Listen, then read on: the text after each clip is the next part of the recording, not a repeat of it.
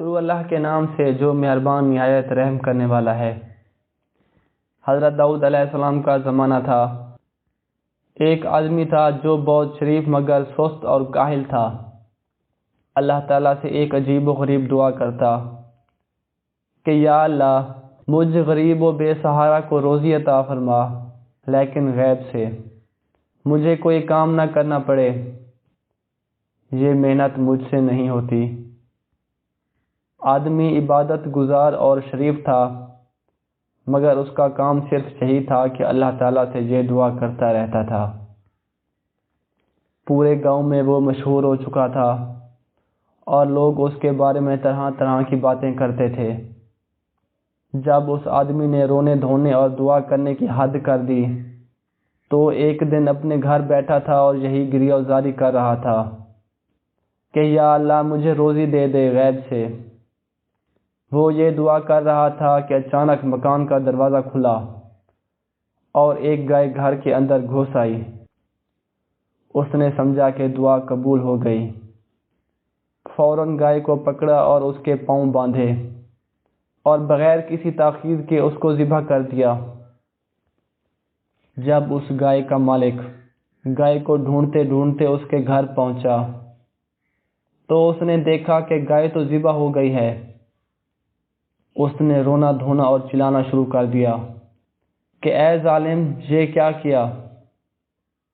دعا مانگنے والے نے کہا کہ آرام سے بات سنو، کوئی زیادہ چیخنے چلانے کی ضرورت نہیں ہے، یہ تو میری دعا قبول ہوئی ہے۔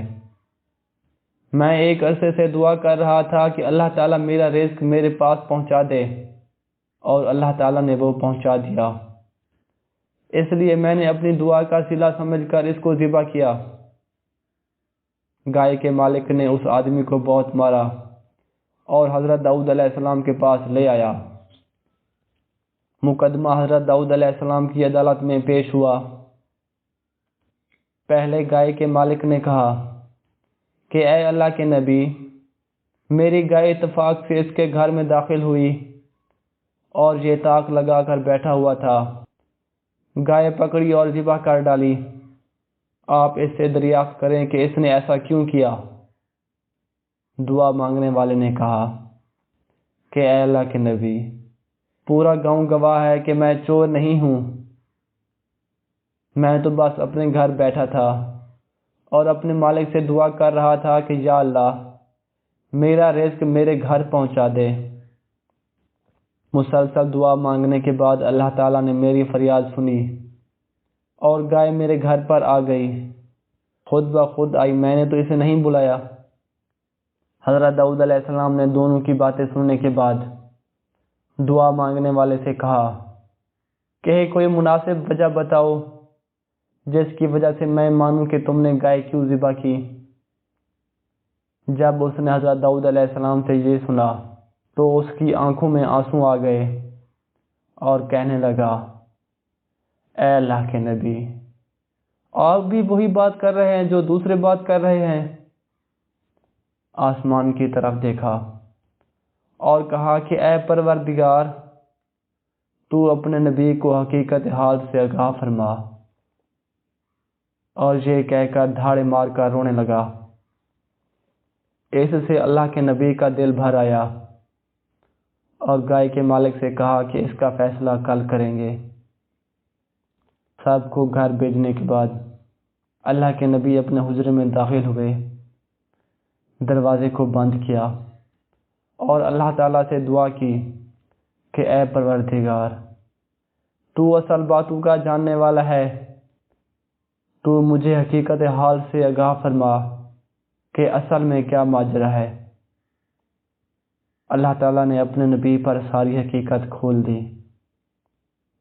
اگلے روز لوگوں کو دوبارہ طلب کیا اور گائے کے مالک سے کہا کہ اس کا پیچھا چھوڑ دے اور معاف کر دے۔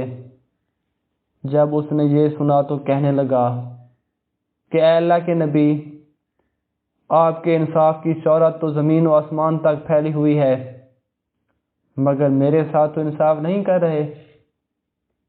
حضرت داؤد علیہ السلام نے کہا کہ اپنا سارا مال اس کے حوالے کر دے، ورنہ تیری سخت رسوائی ہوگی۔ یہ سن کر اس نے اللہ کے نبی کے خلاف بولنا شروع کر دیا۔ حضرت داؤد علیہ السلام نے اسے قریب بلایا اور کہا کہ اس ہنگامے سے باز آ جا، ورنہ تیری ہلاکت کا باعث بنے گا۔ آس پاس کے سارے لوگ حیران تھے کہ اللہ کے نبی نے یہ کیا فیصلہ دیا ہے۔ حضرت داؤد علیہ السلام نے دریا کے کنارے ایک گھنے درخت کے نیچے تمام لوگوں کو جمع کیا اور ان سے مخاطب ہو کر کہا کہ کیا تم جانتے ہو کہ اس درخت کے نیچے ایک آدمی کا قتل ہوا تھا؟ لوگوں نے کہا کہ نہیں، ہمیں تو نہیں معلوم۔ حضرت داؤد علیہ السلام نے کہا کہ تم نہیں جانتے، مگر وہ سب جانتا ہے جس نے زمین و آسمان کو پیدا کیا ہے۔ حضرت داؤد علیہ السلام نے بتایا کہ اس گائے والے نے اپنے آقا کو قتل کیا تھا اور اس کے مال و دولت سب پر قبضہ کر لیا۔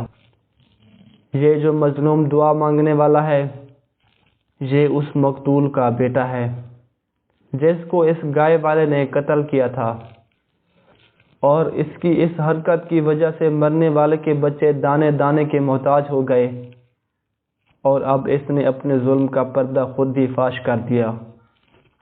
حضرت داؤد علیہ السلام نے کہا کہ تو نے شریعت کے مطابق فیصلہ مانگا تھا، شریعت نے اپنا فیصلہ سنا دیا ہے، اب اس کی تعمیل تیرا فرض ہے۔ حضرت داؤد علیہ السلام نے مزید بتایا کہ اس نے وہ خون آلود خنجر مقتول کے ساتھ دفن کر دیا تھا، اور اس کا ثبوت یہ ہے کہ اس پر قاتل کا نام ابھی بھی کنندہ ہے۔ حضرت داؤد علیہ السلام کے حکم پر زمین کھودی گئی اور گڑھے کے اندر سے ایک کھوپڑی اور ایک چھری برآمد ہوئی۔ اب یہ گائے والا خوف سے تھر تھر کانپنے لگا، اور لوگوں پر بھی سکتے کا عالم تھا۔ لوگوں نے حضرت داؤد علیہ السلام سے معافی مانگی اور کہا کہ ہم سب فطری طور پر نابینا ثابت ہوئے۔ حضرت داؤد علیہ السلام نے ان سب کو معاف کر دیا اور اس قاتل کو موت کی سزا سنائی۔